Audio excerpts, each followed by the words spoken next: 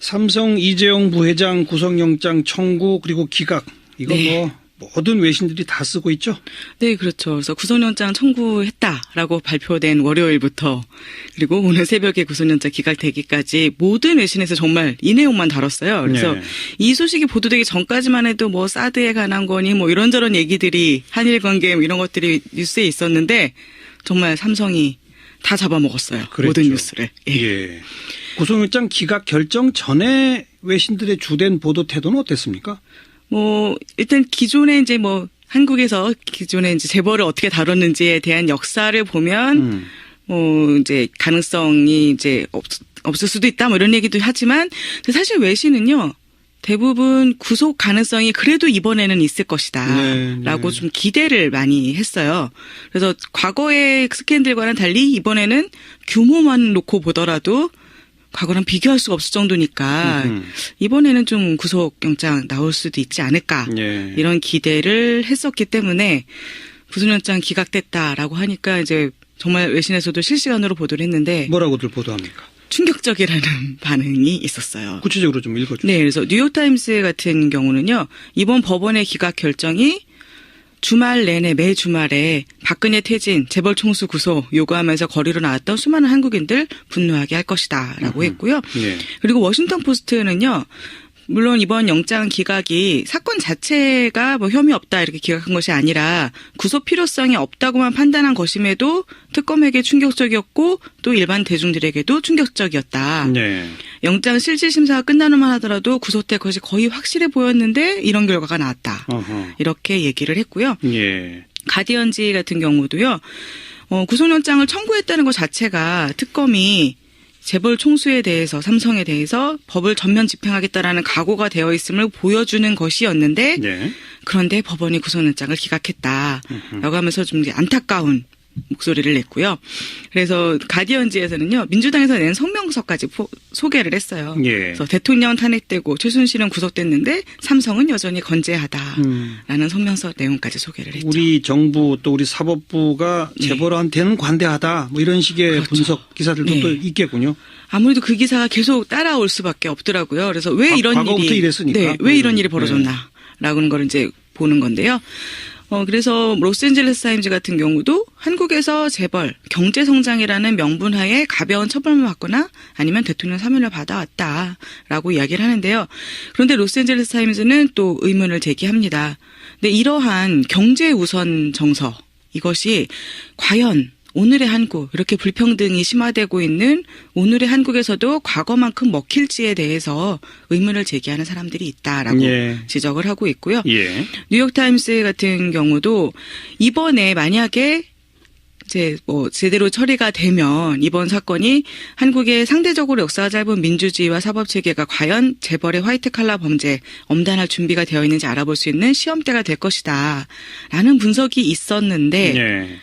그런데 뭐 삼성만 하더라도 수차례에 걸쳐서 부패 혐의로 수사를 받았지만 삼성 일가 징역형 받은 적 한 번도 없었다라고 얘기를 하고 있죠. 네. 그래서 뭐 당장 그 이재용 부회장의 부친 이건희 회장 같은 경우 뇌물과 탈세로 2번이나 기소됐는데 단 하루도 징역을 살지 않았다. 4번 집행유예 판결, 그렇죠. 그다음에 그리고 사면 대통령 복권. 사면. 예. 그랬죠. 그래서 사면 복권되면 이제 경영진에 복귀를 하는 거죠. 네. 그래서 AP통신 같은 경우는요. 그래서 이런 그 이건희에 대한 대통령 사면을 얘기를 하면서 그때 이제 그 이유까지 설명을 해요. 2009년에 대통령이 이건희 회장을 사면했을 때는 동계올림픽 유치에 기여할 것이라는 기대로 이런 사면을 했고 그래서 실제로 사면 이후에 올림픽위원회 위원직을 회복하면서 한국이 평창올림픽을 따냈다. 네. 라고 얘기를 하면서 이렇게 얘기를 합니다. 그래서 삼성이나 현대자동차, SK 총수들 뭐 다 과거의 횡령이나 탈세 등으로 유죄 판결을 받았지만 대부분 징역 살지 않았고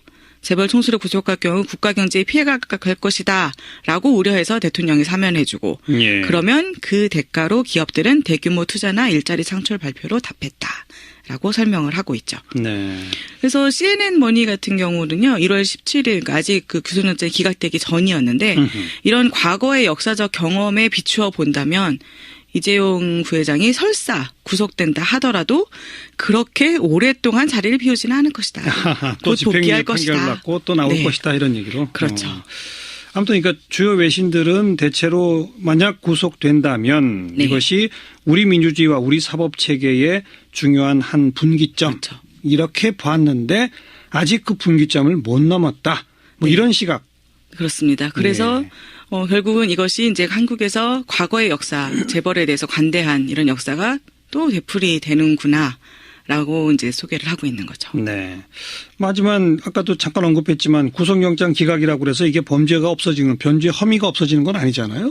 네, 앞으로 더 그렇습니다. 봐야 된다. 이런 네. 얘기들은 계속 나오죠. 그런 얘기들도 나오죠. 그래서 로스앤젤레스 타임즈 같은 경우 지금 영장이 기각된 이유가 현재까지 나온 내용으로 봤을 때 구속 필요성이 없다라는 거였잖아요. 예. 그래서 그 내용을 소개를 하면서 그래서 구속영장은 기각되었지만 이재용 부회장 무죄가 입증된 건 아니다. 그러니까 추후 구속영장 다시 청구될 가능성이 남아있다라고 얘기를 하고 있고요.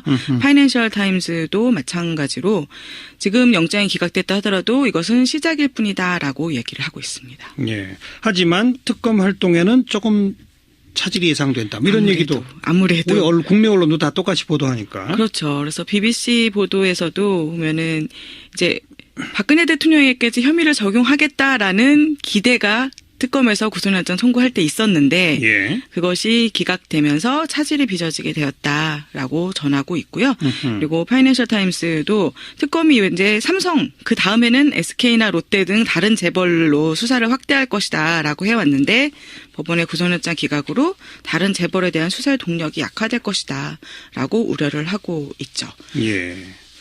자, 우리 국내 언론에서는 이재용 부회장 구속영장 청구를 앞두고부터 주로 네. 경제지를 중심으로 네. 경제의 악영향, 국가 경제에 큰 피해를 주기 때문에 신중해야 한다. 문제 있다. 뭐 이런 논조들이 쭉 등장했었잖아요. 그렇죠. 최고 경영진이 구속되면 당연히 삼성 경영에 문제가 생길 그러니까요. 거고 그러면 국가 경제에 차질이 있다. 그런 논리들에 대해서 외신들은 어떻게 봅니까?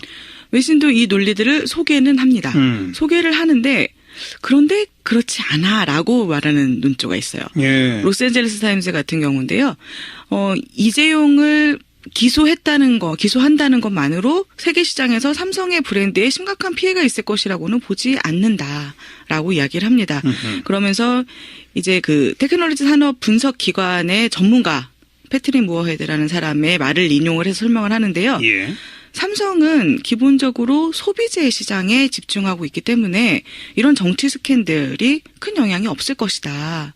그래서 삼성의 고위 리더십은 글로벌 브랜드 여부와 직접적으로 연관이 없다라고 얘기를 합니다. 아, 이 소비재 시장에 집중한다는 게 네. 정치적으로 거래나 협상이나 이런 게 왔다 갔다 하는 게 아니다. 그렇죠. 일반 소비자가 그냥 제품이 좋으면 사는 거다 이런 거군요. 네, 그래서 소비재 소비자가 시장이 아닌 보기에는, 예를 들면 중화학공업의 어떤 뭐 이런 거라면 그런 경우는 다르겠죠. 정치 스캔들 네. 때문에 외국의 무슨 큰 뭐 도로공사나 교량건설 이런 거 할 때 문제가 있을 수도 있죠. 그렇죠. 계약에서 이렇게, 문제가 있을 수 이렇게 있겠죠. 구분하는군요. 소비재 네. 시장. 예. 네, 그래서 이제 영향이 있을 것이다, 없을 것이다라는 거에서도 외신에서는 영향이 있을 것이라고 보는 거에서는 삼성이 어떤 대규모 투자 결정을 하는 그런 중대한 결정을 내리는 데 있어서는 문제가 있을 수도 있지만 예. 지금처럼 삼성에서 집중하고 있는 소비자 그 전자기기 그 시장에서는 아무 영향이 없을 거라는 거예요. 실제로 한국에서는 이제 삼성 수사 관련 뉴스가 도배를 하고 있지만 전 세계적으로 삼성전자 제품 꾸준히 팔려나가고 있다라고 얘기를 하고 있고요. 예. 그래서 오히려 삼성에게 지금 더 위협적인 도전 과제들은 국내에서 이런 정치적 스캔들이 아니라고 로스앤젤레스 타임즈는 지적을 해요. 그럼 뭐가 도전이라는 거죠? 갤럭시 노트 7 리콜 사태라든가 예. 아니면 지금 삼성 세탁기도 또 뭐 기계적으로 문제가 있다는 논란이 벌어지고 있는데 이런 것들. 그래서 이런 이슈들은 미국에서 심야 코미디 쇼의 소재가 된다는 거예요. 예. 그렇게 되면 소비자 생활에 밀접한 연관이 있는 문제들이고 그러면 이것이 세계 소비자들에게는 한국 국내의 정치적 스캔들보다 훨씬 더 중요하다라는 거죠. 네. 그래서 그 커렌트 애널리시스라는 기관에서 소비자 기기 리서치 담당하고 있는 에비 그린가르트라는 사람의 말을 소개를 하는데요.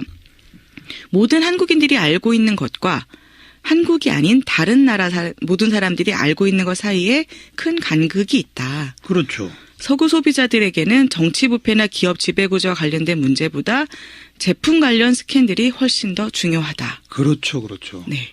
예. 그러니까 결론적으로는 삼성에서 이재용 부회장이 구속된다 하더라도 실제 글로벌 시장에서 삼성의 브랜드 이미지라든가 아니면 그게 정말 국가 경제에 무슨 피해를 미친다거나 이렇지는 않을 것이다라는 게 외신에서는 보고 있는 시각이었어요. 네. 이 구속영장 청구와 기각 사태가 있기 이전부터 네. 재벌들이 전부 돈 내서 재단 만들고 이 과정을 쭉 보도하면서 근본적인 재벌 개혁 필요하다 이런 주장들은 쭉 있어 왔잖아요. 그렇습니다. 그것도 여전히 계속 되겠네요. 외신에서도. 네, 대표적으로 블룸버그지는요. 1월 17일에 아예 사설을 실었어요. 어허. 그래서 이 삼성 스캔들이 한국의 창피다라고 하는 제목으로 해서 그 사설을 실었는데요. 이 사설 내용에서 보면은 좀 꼼꼼히 소개해 주세요. 네, 지금 이제 구속영장 기각되기 전이었으니까 그래서 법원 결정이 어떻게 나오든지 간에 유명인사 한 명, 그러니까 지금 이재용 부회장을 얘기하는 거죠. 유명인사 한 명 더 잡아 넣는다고 해서 한국의 정경유착 문제가 해결되지는 않을 거다. 예. 그래서 향후 이런 스캔들을 예방하기 위해서는 한국의 경제를 지배하고 있는 삼성과 같은 재벌을 근본적으로 개혁해야 된다. 라고 얘기를 하고요. 그래서 이런 그 장기적이고 좀 영구적인 개혁을 위해서는 두 가지 핵심 문제를 해결해야 된다라고 해서 두 가지를 짚어요. 첫 번째는? 첫 번째는 현재 3세, 4세로 승계되고 있는 이 재벌 총수 일가가 그러니까 사실상 기업은 공적 존재라고도 할 수 있는데 예. 그 공적 존재에 재벌 총수 일가가 과도한 영향력을 행사하고 있는 이 문제. 그렇죠. 네. 그래서 지금 재벌이 아주 적은 지분으로 순환 출자 등 복잡하고 불투명한 관계를 통해서 막강한 의사결정력을 행사하고 있는데 이걸 해결해야 된다. 예. 그래서 한국 정부에서 지금 신규 순환 출자는 금지했지만 그걸로 부족하다. 기존의 구조도 해체하고 지배 구조를 투명하게 하고 이사회에 더 많은 권한을 주고 전적으로 독립적인 외부 감사를 두고 그렇죠. 이렇게 해서 개혁을 해야 된다라고 얘기하고 있고요. 재벌 지배구조 개혁 이 얘기고요. 네. 그리고 두 번째 문제로 짚고 있는 부분은 박근혜 대통령이 경제 민주화 공약에도 불구하고 재벌이 국내의 경제 활동을 너무 많이 지배하고 있다라는 네. 문제. 예. 그래서 5대 재벌의 매출을 총 합치면 한국 GDP의 10%에 달하는 상황. 정상이 아니라는 거죠. 예. 그래서 이런 상황은 기업 간 그 재벌들 내부의 내부 거래를 조장할 뿐만 아니라 한국 고용의 절대 다수를 책임지고 있는 중소기업의 성장을 저해하기 때문에 공정거래 규제 강화하고 그리고 중소기업의 자본 및 기술 접근성 향상시키고 이렇게 해서 전반적으로 경제 구조를 개혁해야 된다라고 예. 주장을 하고 있고요. 대기업 중소기업 관계 또 네. 재벌 독점 그렇죠. 이거 개혁해야 한다. 네. 참 정말 중요한 얘기인데 참 어려운 얘기죠. 네. 그래서 뭐 지금 이제 이런 개혁 법안들이 마침내 한국에서 이제 논의가 되고 있다. 네. 좋은 방향이다라고 하면서도 이제 정치인들에게 지적을 합니다. 지금 자꾸 사람들이 재벌 개혁의 비용만 얘기를 하고 있는데 재벌 개혁으로 얻게 될 득에 대해서 논의해야 할 때다라는 예. 거죠. 그리고 연기금과 같은 기관 투자자들이 더 적극적으로 재벌 경영에 문제 제기를 해야 된다. 라고 하면서 마지막으로 이 사설에서는 그렇지만 지금 가장 필요한 것은 사고방식의 전환이다. 네. 라고 얘기를 합니다. 예. 그래서 한국이 지속적인 경제적 성공을 이루려면 기업의 크기 아니면 정치적으로 얼마나 힘이 있느냐 얼마큼 긴밀하게 연결되어 있느냐 이런 것이 아니라 기업의 아이디어와 에너지 자체로 인정받고 보상을 받는 그런 기업가 정신과 문화의 양성이 필수적이다라고 주장을 하고 있습니다. 블룸버그 1월 17일자 사설. 네. 이건 좀 다들 한번 읽어봐야 될 것 같습니다. 네, 그렇습니다. 지금 좀 정말 개혁이 필요한 시점이 된 것 같아요. 그리고 그 사설에도 언급됐지만 네. 각종 재벌 개혁 또 등등에 관한 법안들이 마침내 논의되고 있다. 네. 논의만 될 것이 아니라 2월 임시국회에서 몇 가지 입법 성공되는 거 이것까지 좀 우리가 지켜봐야죠. 네. 어떤 의미에서는 재미있는 역사를 한번 짚어보려고 합니다. 네. 참 우리나라 재벌이 대부분 한번 본인 혹은 2대, 3대에서 한 번씩은 이제 구속되거나 했거든요. 네. 대체로 네, 대체로. 상속 아니면 비자금이죠. 네. 예, 상속을 하려면 정상적인 방법으로는 상속하기 굉장히 어렵거든요. 유일하게 삼성만 단 한 번도 구속되지 않았고 네. 이번에도 마찬가지였어요. 네, 구속은 다 피했죠. 그리고 네. 다시 백유에 이렇게 나오죠. 참 위대한 승리의 역사입니다. 삼성 입장에서 보자면. 사실은 정권하고 그만큼 유착됐다는 얘기이기도 그러니까요. 하죠. 그리고 계속 1등을 유지했고. 근데 그래서 저희가 오늘 삼성이 정말 구속될 만한 사안이 한 번도 없었는지 그 역사 중에 몇 가지 중요한 사건들만 한번 짚어보기로 하려고 합니다. 삼성에 구속될 뻔했을 법한 사건들에 대한 역사. 네, 일단 뭐 자, 박정희 씨가 쿠데타 일으킨 다음에 부정 축제자로 네. 지명했죠. 그러나 구속은 안 됐고요. 61년이고 64년에는 이른바 300사건이라는 게 일어납니다. 그러니까 그때 300이라는 게 이제 소비재인 하얀 세 가지. 네. 이게 밀가루, 시멘트, 설탕인데 네. 이걸 각각 담당하던 재벌들이 이 담합을 해서 5배 폭리를 취해요. 이게 전부 소비재에 해당하는 것들인데 5배나 폭리를 취했지만 구속은 되지 않습니다. 역시 되죠. 예. 그다음에 유명한 사건이 벌어졌죠. 예, 사카린 사건이라는 게 사카린. 일어나는데 네. 이거는 사실은 박정희 씨와 이병철 씨의 공모 사건입니다. 그게 그 이맹희 씨, 그 이병철 전 회장의 장남이 자백을 했어요. 자백을. 예, 나중에 저기 자서전을 썼죠. 이 회고록에 예. 보면 이렇게 그 삼성이 밀수를 한 사건이라고 제목이 정해져 있잖아요. 네네. 근데 그게 그 박정희 대통령 같이 다 밀수를 해. 예, 공모를 했죠. 그러니까 당시 1964년에 이제 경제 개발 5개년 계획을 세웠는데 네.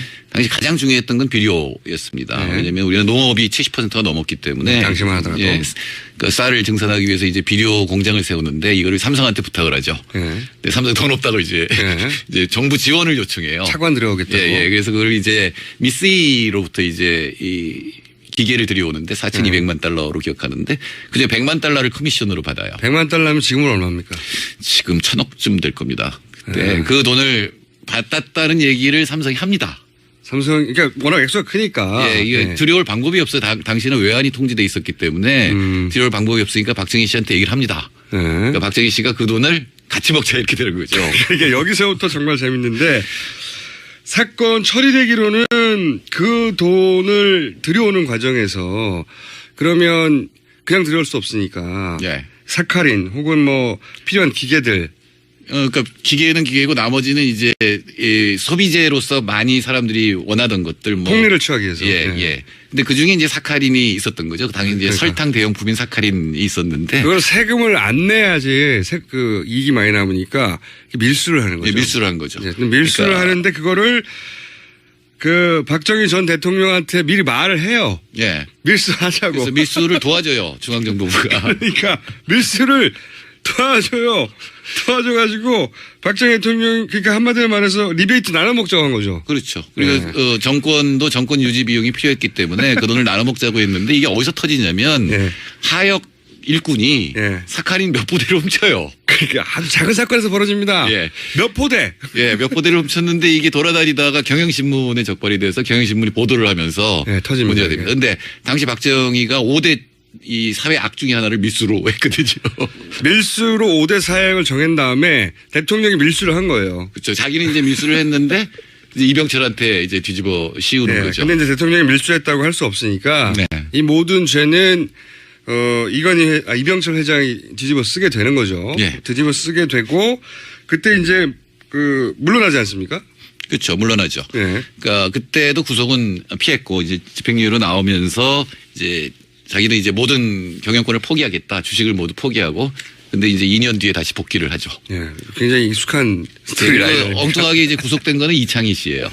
이창희 씨 둘째 아들이 구속이 되고 그 과정에서 이맹희 씨가 뭔가 눈에서 벗어나서 셋째 그렇죠. 아들인 이건희 씨가 이제 네. 승계하게 됩니다. 그때 이제 그 소위 자식들 간에 전쟁이 지금도 이어지고 있죠, 사실. 그러니까 박근혜 이재용 공모 사건은 이미 선대에서 네. 이병철 박정희 공모 밀수 사건으로 이미 됐던 거죠.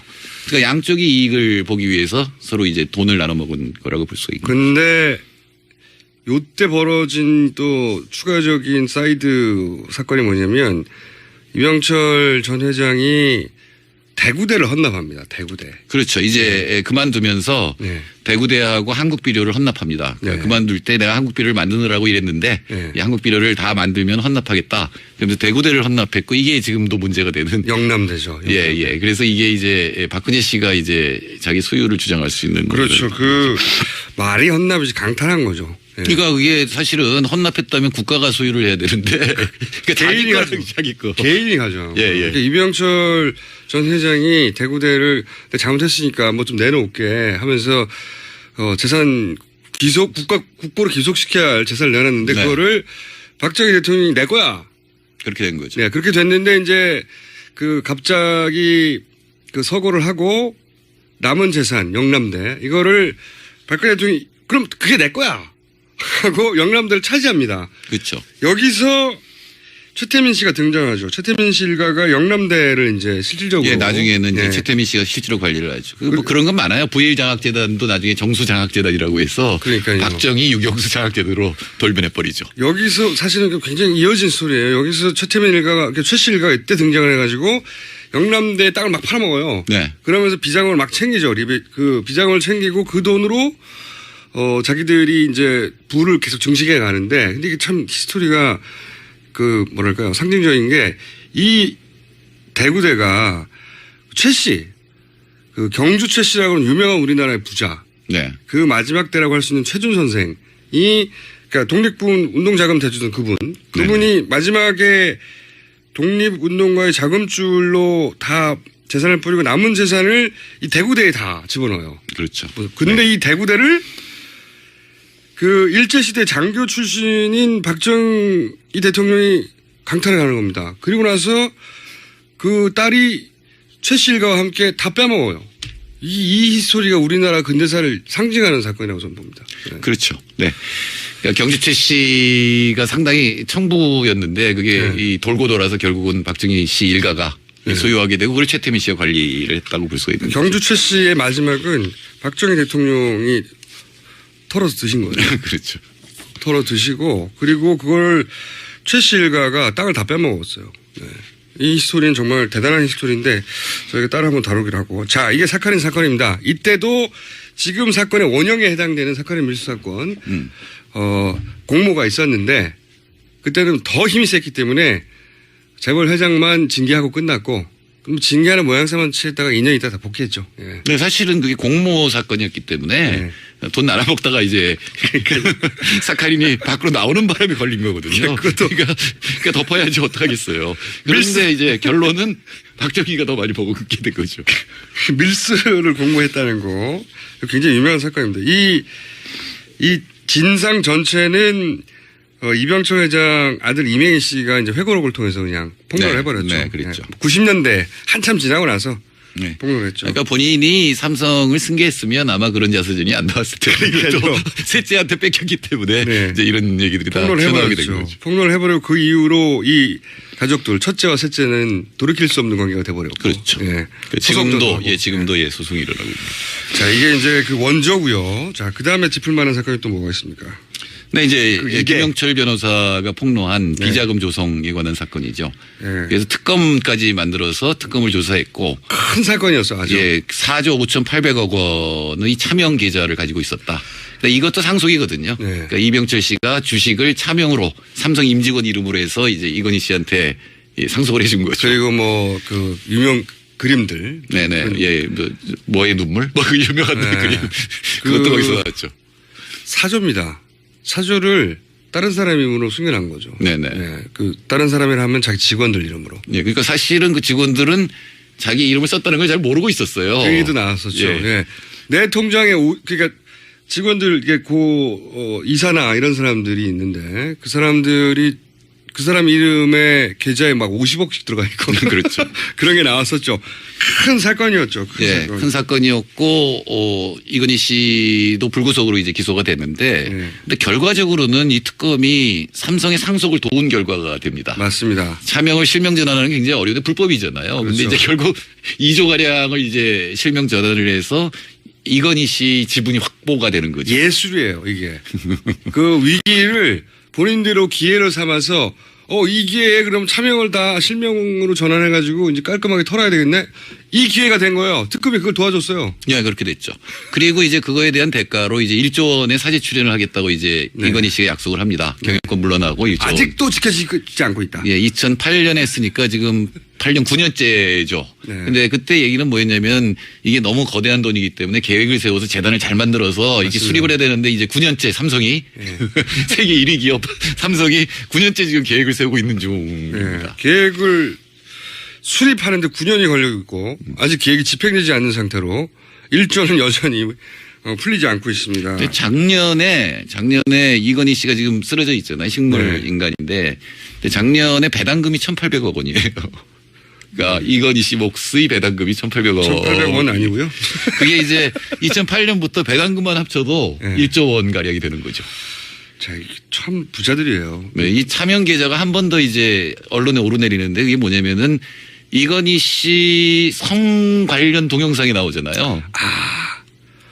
굉장히 큰 사건 1번 하다가 사라져버린. 그렇죠. 그게 이제 뭐 쓰러지기 전에 어떤 그 동영상인데 그분이 만약에 현직에 있고 정정했었으면 그것도 큰 이슈가 됐을지 모르겠는데 이제 끝난. 네, 그렇죠. 이제 그러니까 뭐 쓰러져 사람들의- 있으니까 뭘 네. 어떻게 처벌할 수는 없는데 그 집이 네. 김인 사장의 소유로 돼 있었어요. 맞아요. 네. 그것도 이제 차명인 거죠. 김인 사장은 사실은 몰랐고 아직도 차명이 많이 있다는 얘기죠. 그래서 다시 한번 차명이 등장하게 됩니다. 우리나라가 이게 정권과 재벌들의 유착이 그래서 재벌이라고 하는 소위 가족 족벌, 전 세계에 없는 형태 재벌 이거 없어요. 우리나라만 있는 재벌이라는 용어. 그래서 재벌은 고유명사입니다. 그 소위 해외 경제학자들도 재벌이라는 말을 그냥 재벌이라고 써요. JAEBOL 또는 네. CHAEBOL. 다른 나라에는 없는 형태거든요. 네. 그런데 그 재벌이라고 하는 족벌 그 가족 체제 그 패밀리 비즈니스는 보통 작죠. 그렇죠. 다른 나라. 근데 이게 우리나라는 커진 건 뭐냐면 순환 출자 이런 걸 통해서 네. 굉장히 커졌고 그러니까 재벌이가 아무리 돈이 많아도 그걸 전부 지배할 수는 없잖아요. 51% 더 있어야 되는데 그게 안 되니까 순환 출자해서 지금 약한 고리들이 굉장히 많이 생긴 거고 그게 이제 상속할 때마다 문제가 되는 거죠. 근데 이제 그 정말 정권이 의지를 가지고 초대형 특검으로 우리나라 재벌을 털면 재벌들 대부분은 재산이 엄청나게 줄어들 거예요. 네, 계열이 분리가 돼야 됩니다. 분리가 되고. 예, 지금 사실 가장 큰 위험은 그게 계열을 엮어놓는 것도 마치 그 연안개 같아요. 삼국지 나오는.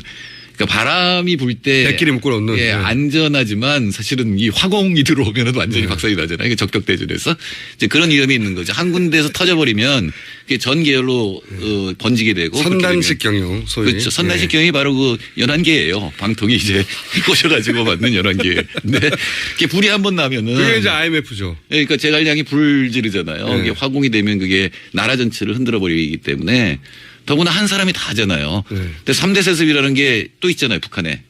네, 이게 안 된다면 이것도 안 되는 거예요. 약탈적인 자본들이 요 약점을 노리고 쳐들어온 게 IMF죠, 사실은. 그렇죠. 예. 네.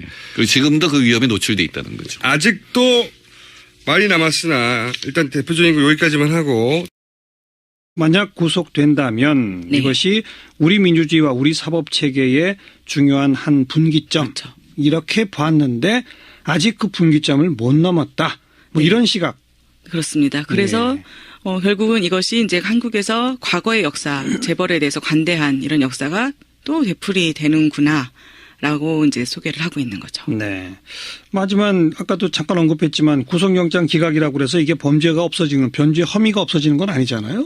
네, 앞으로 더 그렇습니다. 봐야 된다 이런 네. 얘기들은 계속 그런 나오죠. 얘기들도 나오죠. 그래서 로스앤젤레스 타임즈 같은 경우 지금 영장이 기각된 이유가 현재까지 나온 내용으로 봤을 때 구속 필요성이 없다라는 거였잖아요. 예. 그래서 그 내용을 소개를 하면서 그래서 구속영장은 기각되었지만 이재용 부회장 무죄가 입증된 건 아니다. 그러니까 추후 구속영장 다시 청구될 가능성이 남아있다라고 얘기를 하고 있고요.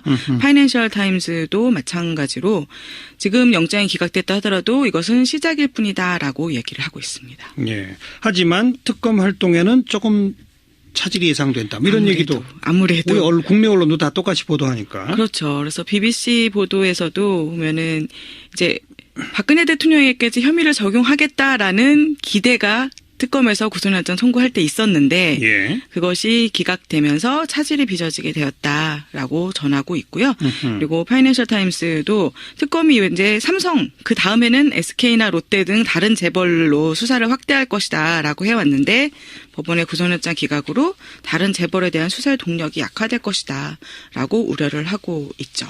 삼성 이재용 부회장 구속영장 청구 그리고 기각 이거 네. 뭐 모든 외신들이 다 쓰고 있죠. 네, 그렇죠. 그래서 구속영장 청구했다라고 발표된 월요일부터 그리고 오늘 새벽에 구속영장 기각되기까지 모든 외신에서 정말 이 내용만 다뤘어요. 그래서 네. 이 소식이 보도되기 전까지만 해도 뭐 사드에 관한 거니 뭐 이런저런 얘기들이 한일 관계 뭐 이런 것들이 뉴스에 있었는데 정말 삼성이 다 잡아먹었어요. 그랬죠. 모든 뉴스를. 예. 예. 구속영장 기각 결정 전에 외신들의 주된 보도 태도는 어땠습니까? 뭐 일단 기존에 이제 뭐 한국에서 기존에 이제 재벌을 어떻게 다뤘는지에 대한 역사를 보면 뭐 이제 가능성이 이제 없을 수도 있다 뭐 이런 얘기도 하지만 사실 외신은요 대부분 구속 가능성이 그래도 이번에는 있을 것이다 네, 라고 네. 좀 기대를 많이 했어요. 그래서 과거의 스캔들과는 달리 이번에는 규모만 놓고 보더라도 과거랑 비교할 수가 없을 정도니까 이번에는 좀 구속영장 나올 수도 있지 않을까 예. 이런 기대를 했었기 때문에 구속영장 기각됐다라고 하니까 이제 정말 외신에서도 실시간으로 보도를 했는데 뭐라고들 보도합니까? 충격적이라는 반응이 있었어요. 구체적으로 좀 읽어주세요. 네, 그래서 뉴욕타임스 같은 경우는요. 이번 법원의 기각 결정이 주말 내내 매 주말에 박근혜 퇴진, 재벌 총수 구속 요구하면서 거리로 나왔던 수많은 한국인들 분노하게 할 것이다 라고 했고요. 예. 그리고 워싱턴 포스트는요. 물론 이번 영장 기각이 사건 자체가 뭐 혐의 없다 이렇게 기각한 것이 아니라 구속 필요성이 없다고만 판단한 것임에도 특검에게 예. 자, 우리 국내 언론에서는 이재용 부회장 구속영장 청구를 앞두고부터 주로 네. 경제지를 중심으로 네. 경제에 악영향, 국가 경제에 큰 피해를 주기 때문에 신중해야 한다, 문제 있다, 뭐 이런 논조들이 쭉 등장했었잖아요. 그렇죠. 최고 외신- 경영진이 구속되면 당연히 삼성 경영에 문제가 생길 그러니까요. 거고 그러면 국가 경제에 차질이 있다. 그런 논리들에 대해서 외신들은 어떻게 봅니까? 외신도 이 논리들을 소개는 합니다. 소개를 하는데 그런데 그렇지 않아라고 말하는 논조가 있어요. 예. 로스앤젤레스 타임스 같은 경우인데요.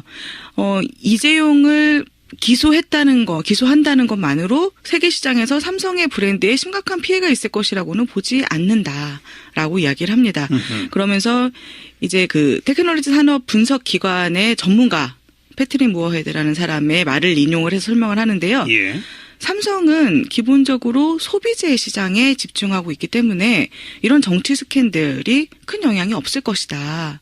그래서 삼성의 고위 리더십은 글로벌 브랜드 여부와 직접적으로 연관이 없다라고 얘기를 합니다. 아, 이 소비재 시장에 집중한다는 게 네. 정치적으로 거래나 협상이나 이런 게 왔다 갔다 하는 게 아니다. 그렇죠. 일반 소비자가 그냥 제품이 좋으면 사는 거다 이런 거군요. 네, 그래서 소비재 소비자가 시장이 아닌 보기에는, 예를 들면 중화학공업의 어떤 뭐 이런 거라면 그런 경우는 다르겠죠. 정치 스캔들 네. 때문에 외국의 무슨 큰 뭐 도로공사나 교량건설 이런 거 할 때 문제가 있을 수도 있죠. 그렇죠. 아, 계약에서 이렇게, 문제가 있을 수 이렇게 있겠죠. 구분하는군요. 소비재 네. 시장. 예. 네, 그래서 이제 영향이 있을 것이다, 없을 것이다 충격적이었고 또 일반 대중들에게도 충격적이었다. 네.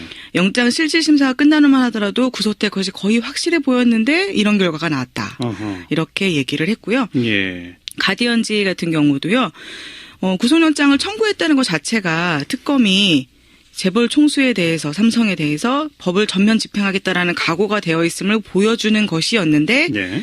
그런데 법원이 구속영장을 기각했다라고 하면서 좀 이제 안타까운 목소리를 냈고요. 그래서 가디언지에서는요. 민주당에서 낸 성명서까지 소개를 했어요. 예. 그래서 대통령은 탄핵되고 최순실은 구속됐는데 삼성은 여전히 건재하다라는 성명서 내용까지 소개를 했죠. 우리 정부 또 우리 사법부가 네. 재벌한테는 관대하다 뭐 이런 식의 그렇죠. 분석 기사들도 네. 또 있겠군요. 아무래도 그 기사가 계속 따라올 수밖에 없더라고요. 그래서 왜 이런 과거부터 일이 이랬으니까. 네, 왜 이런 일이 벌어졌나라는 걸 이제 보는 건데요. 그래서 로스앤젤레스 타임즈 같은 경우도 한국에서 재벌 경제 성장이라는 명분하에 가벼운 처벌만 받거나 아니면 대통령 사면을 받아왔다라고 이야기를 하는데요. 그런데 로스앤젤레스 타임즈는 또 의문을 제기합니다. 근데 이러한 경제 우선 정서 이것이 과연 오늘의 한국 이렇게 불평등이 심화되고 있는 오늘의 한국에서도 과거만큼 먹힐지에 대해서 의문을 제기하는 사람들이 있다라고 예. 지적을 하고 있고요. 예. 뉴욕타임스 같은 경우도 이번에 만약에 이제 뭐 제대로 처리가 되면 이번 사건이 한국의 상대적으로 역사가 짧은 민주주의와 사법체계가 과연 재벌의 화이트 칼라 범죄 엄단할 준비가 되어 있는지 알아볼 수 있는 시험대가 될 것이다 라는 분석이 있었는데 예. 그런데 뭐 삼성만 하더라도 수차례에 걸쳐서 부패 혐의로 수사를 받았지만 삼성일가 징역형 받은 적 한 번도 없었다. 라고 얘기를 하고 있죠. 네. 그래서 뭐 당장 그 이재용 부회장의 부친 이건희 회장 같은 경우 뇌물과 탈세로 2번이나 기소됐는데 단 하루도 징역을 살지 않았다. 4번 집행유예 판결, 그렇죠. 그다음에 그리고 사면 대통령 복권. 사면. 예. 그랬죠. 또 사면 복권되면 이제 경영진에 복귀를 하는 거죠. 네. 그래서 AP통신 같은 경우는요. 그래서 이런 그 이건희에 대한 대통령 사면을 얘기를 하면서 그때 이제 그 이유까지 설명을 해요. 2009년에 대통령이 이건희 회장을 사면했을 때는 동계올림픽 유치에 기여할 것이라는 기대로 이런 사면을 했고 그래서 실제로 사면 이후에 올림픽위원회 위원직을 회복하면서 한국이 평창올림픽을 따냈다. 네. 라고 얘기를 하면서 이렇게 얘기를 합니다. 그래서 삼성이나 현대자동차, SK 종수들 뭐 다 과거에 횡령이나 탈세 등으로 유죄 판결을 받았지만 대부분 징역 살지 않았고 재벌 총수를 구속할 경우 국가 경제에 피해가 갈 것이다 라고 우려해서 대통령이 사면해주고 예. 그러면 그 대가로 기업들은 대규모 투자나 일자리 창출 발표로 답했다 라고 설명을 하고 있죠. 네. 그래서 CNN 머니 같은 경우는요. 1월 17일 그러니까 아직 그 구속영장이 기각되기 전이었는데 이런 과거의 역사적 경험에 비추어 본다면 이재용 부회장이 설사 구속된다 하더라도 그렇게 오랫동안 자리를 비우지는 않을 것이다. 또 곧 집행유예 복귀할 판결 것이다. 받고 또 나올 네. 것이다 이런 얘기로. 그렇죠. 아무튼 그러니까 주요 외신들은 대체로